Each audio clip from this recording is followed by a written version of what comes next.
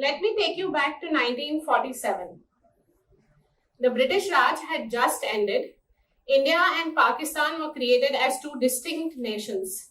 You know, the 1947 partition of British India. During this period, there was a special couple, a Hindu couple named Ramdevi and Murlidhar, who used to live in Sindh and who owned a huge department store in Shikarpur. Ramdevi and Murlidhar had just found out about the partition of India. While partition had also brought about the division of the states of Punjab and Bengal, Sindh was now completely within the borders of the newly formed Pakistan.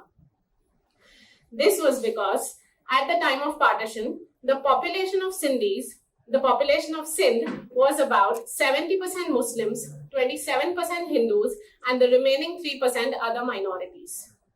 But the binding factor for these different religious groups in Sindh was their common language Sindhi. They also had a shared Sindhi culture, a liberal, tolerant culture given the Sufism that Sindh was known for. But what happened to the Hindu couple we were talking about? Well, Ramdevi and Murlidhar decided that with their 4 children, they would leave their home, their business, and their homeland Sindh forever to move to newly independent India. But leaving Sindh was not that easy. There was a lot of fear in the hearts of the minorities. Mind you, there were massacres happening all over in North India with Hindus and Sikhs killing Muslims and vice versa, but not in Sindh. Though there was relatively little actual violence in Sindh, there was a lot of the other kind of violence, the fear of violence that made Ramdevi and Murlidhar tremble for their lives. But their neighbors were not afraid. Their Sindhi Muslim neighbors came into their house, covered Ramdevi in a burqa, and dressed Murlidhar as a traditional Muslim man.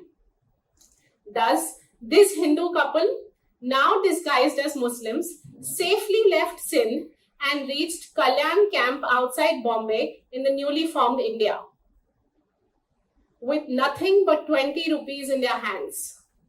Mind you, the former owner of a huge department store in Sindh now had no place to live in, no job at hand, and did not know anybody in the new country that he had brought his family to settle in. All right, now please allow me to introduce myself. I am Bhavna Rajpal. Once upon a time, I was a young Sindhi girl who did not even know about the religious differences amongst Sindhis. I didn't even know Sindhi Muslims too existed. For me, Sindhis meant just Sindhi Hindus, because that's all that I had seen around me. I was brought up in a fairly traditional Sindhi household. And by traditional, I mean we would celebrate all Sindhi festivals. Our everyday foods were only Sindhi dishes. And basically, everything in our lives and our home was just Sindhi, you know. My parents made sure that my brother and I went to convent schools and learned English there. But at home, it was strictly Sindhi at all times. Whether half awake or fully asleep, my brother and I had never heard our parents speak in any other language but Sindhi. I grew up fluent in Sindhi and English both. When I was in my final year of college, my class was assigned to do an individual project on cinema. We were told to write about any film, any aspect of any film, no restrictions. I went home and quickly started typing up my thoughts. It had always annoyed me when my parents would take me to a local cinema for Sindhi film screenings and the theatre would almost always be empty. When they would take me to the same cinema for Hindi film screenings, the theatre would be houseful. To investigate this conundrum, I analyzed a Sindhi film in my paper. 2 months later, I got a call from the head of the department. She said, "Bhavna, you have topped the Mumbai University in English literature." With tears of joy, I asked, "But how?" She said, "Well, you've scored really well in all the papers, but the one mark that made you rank first instead of second was because your paper on cinema looked at your mother tongue, and all others had written their papers on various Bollywood films and did not seem to engage with the topic." I was silent. I needed time to accept and digest what had just happened. It was then that the Mumbai University gold medalist in English literature swore to dedicate her life to Sindhi language and Sindhi culture forever. I was only 20 when I made this decision. I was too young to make such a big life decision, but I knew one thing very clearly. I did not want to try to save my dying language when I would be in my old and dying years, I wanted to give it the best years of my life. Did I have a clear plan in mind? Of course not. Was I sure about the decision and choice that I had made? Oh, absolutely. The gold medal was a factor, but for me, it was more of a sign. It had truly annoyed me to see empty theatres for Sindhi film screenings in a Sindhi town, especially on the weekends. I knew something was not right somewhere, and I was not at peace with it. I wanted to do something about it. Talking of Sindhi towns, remember the 1947 flashback that I took you to in the beginning? Well, to tell you the truth, Ramdevi and Murlidhar were my paternal grandparents who actually migrated from Sindh to Kalyan camp empty-handed. Thank you. Thank you. I never got to meet my grandparents. I was too young when they passed away. But I'm grateful that my father tells me as many stories of his parents as he can, all in Sindhi. So does my mother of her parents, who also had a similar story of migration. But why does my mother tongue Sindhi matter to me so much? Or rather, why should one's mother tongue matter at all, irrespective of whether it is alive or dying? According to BBC Future, language is one of the significant identifiers of any society. Languages are also the most influential tools for preserving, developing, and promoting one's culture and heritage. Now, in my opinion, Sindhi is an endangered language in India. As per Colonel Ram Gulrajani, Sindhi language's present status in India has all the signs of language endangerment. Declining number of speakers, younger generations preferring to speak in other languages, failure of parents to teach Sindhi to their children, and decline even in those domains where Sindhi language was once secure, for example, in the cultural observances in our homes. Given the clear relationship between language, culture, and one's sense of worth, the decline of Sindhi in India is a serious loss, he writes.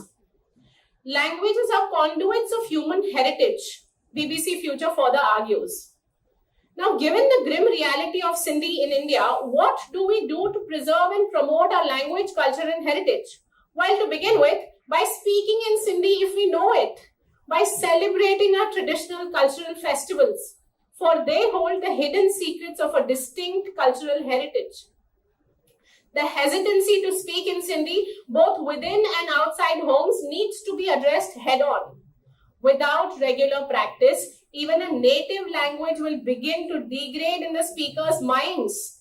And without language, the culture itself might teeter or even disappear, the BBC Future further argues. In 2016, when I was in London for my research on Sindhi cinema, I got an opportunity to hold an exhibition on Sindhi cinema. Instead of an exhibition, I curated and organized a Sindhi film festival in London. Actually, it was the first of its kind Sindhi film festival anywhere in the world, because nowhere before in India or in Pakistan or anywhere where Sindhis live had there been a Sindhi film festival which had lasted for a month and had screened Sindhi films from both India and Pakistan. I had carefully curated over 30 Sindhi films collected from both sides of the border. There were many miracles that the festival made me a witness to, but the two big outcomes from the festival were: A, language connects. Sindhis from different parts of the globe, whether residents of the UK or tourists visiting London, flocked to the film festival. All borders and boundaries disappeared. I got to meet Sindhis of different religions, different faiths, different backgrounds, and all because of the language Sindhi.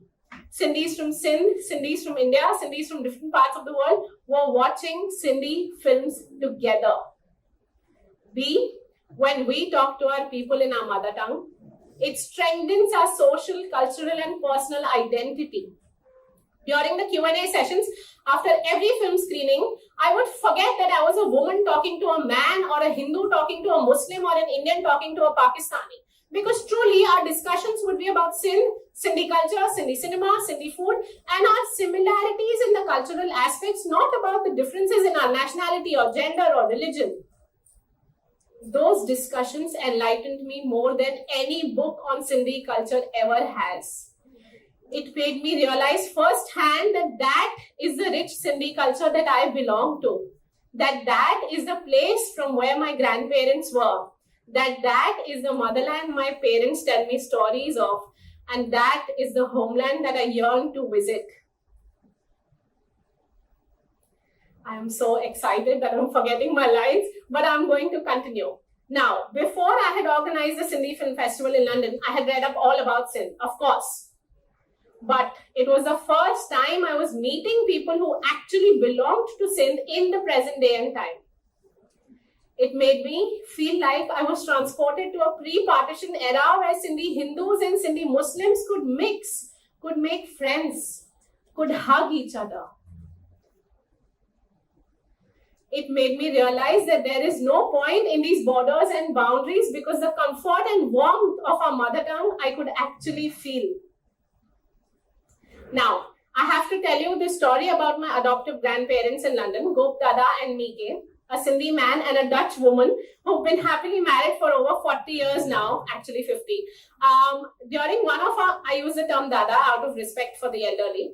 During one of our many conversations, I found out that Gop Dada hadn't eaten Sindhi food in a long time and dearly missed Sindhi dishes, especially bhi, which is the stem of lotus.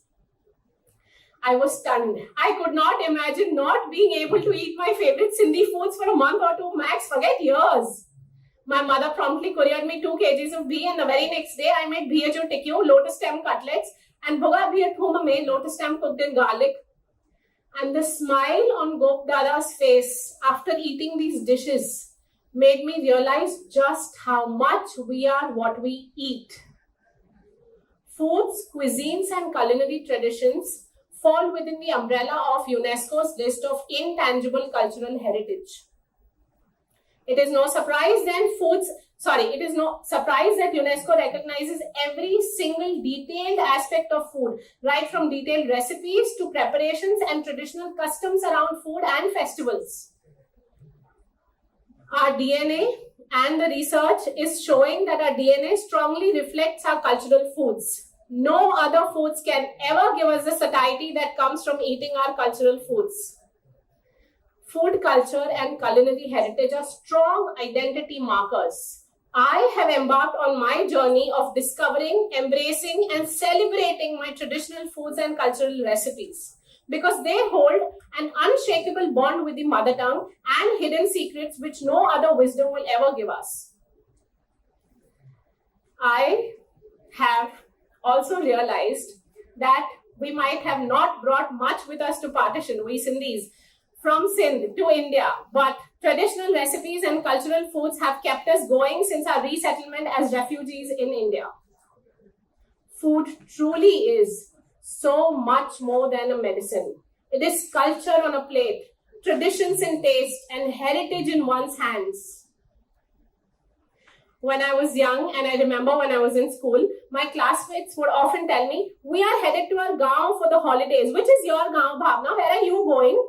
Dumbfounded in front of my friends, I had come home one day and asked my mother, Mother, which is our gaon? Where do we belong? Look, Bhavna, Ulhasnagar is our everything now. Our grandfathers and grandparents left Sindh for good. Don't ask me any more questions. Sindh is all that we know. It used to be, but Ulhasnagar is our everything now, okay? And she would quickly change the topic. The lack of a proper answer would always leave me hanging for, but where is our native place? Where do we belong? And that is where the longing, emotional longing, and the hunt for Sindh started. This journey of discovering and embracing my culture has not been an overnight affair. Today, I don an ajrak, which is a traditional Sindhi textile, and a Sindhi topi, a Sindhi cap, to celebrate my homeland, to celebrate Sindh, to celebrate my gaon. When I first wore these pieces of clothing during the Sindhi Film Festival in London, it dramatically announced my Sindhi identity. Sindhi ajrak and Sindhi topi are 2 pieces of cultural heritage which are symbolic for the ethnic and cultural identity of Sindh. Actually, Sindhi topi is usually worn by Sindhi Muslim men. However, I'm neither a Muslim nor a man, but I have adopted the topi to embrace my Sindhi culture and tell my stories in my way. This beautiful little glittering piece of mirrorwork is my tribute to Sindh and my homeland, Sindh, which I yearn to visit. What else do I have to tell you? Okay, now, I am happy to report that none of the topis or the ajraks that I own have ever been bought by me. They've all been presents and are my prized possessions. Although I may be far away from Sindh geographically, I can never be too far away from Sindh emotionally. This is my tribute to Sindh, my homeland. And this talk as well is a tribute to let you all know that I want to celebrate my pride and my identity through my pieces of clothing, through language, through cultural foods, and through celebrating traditional festivals. My love for Sindh can never be put into words. But all that I do in my real life, as well as on social media through my YouTube channels and my Instagram, is a tribute to what I love doing and celebrating. Discovering my Sindhi culture and celebrating my heritage. I don't know when I will get to visit Sindh for the first time. But until then, I can implement what Prabhu Wafa has so beautifully written. And I quote, "Wherever you find your people, call it home.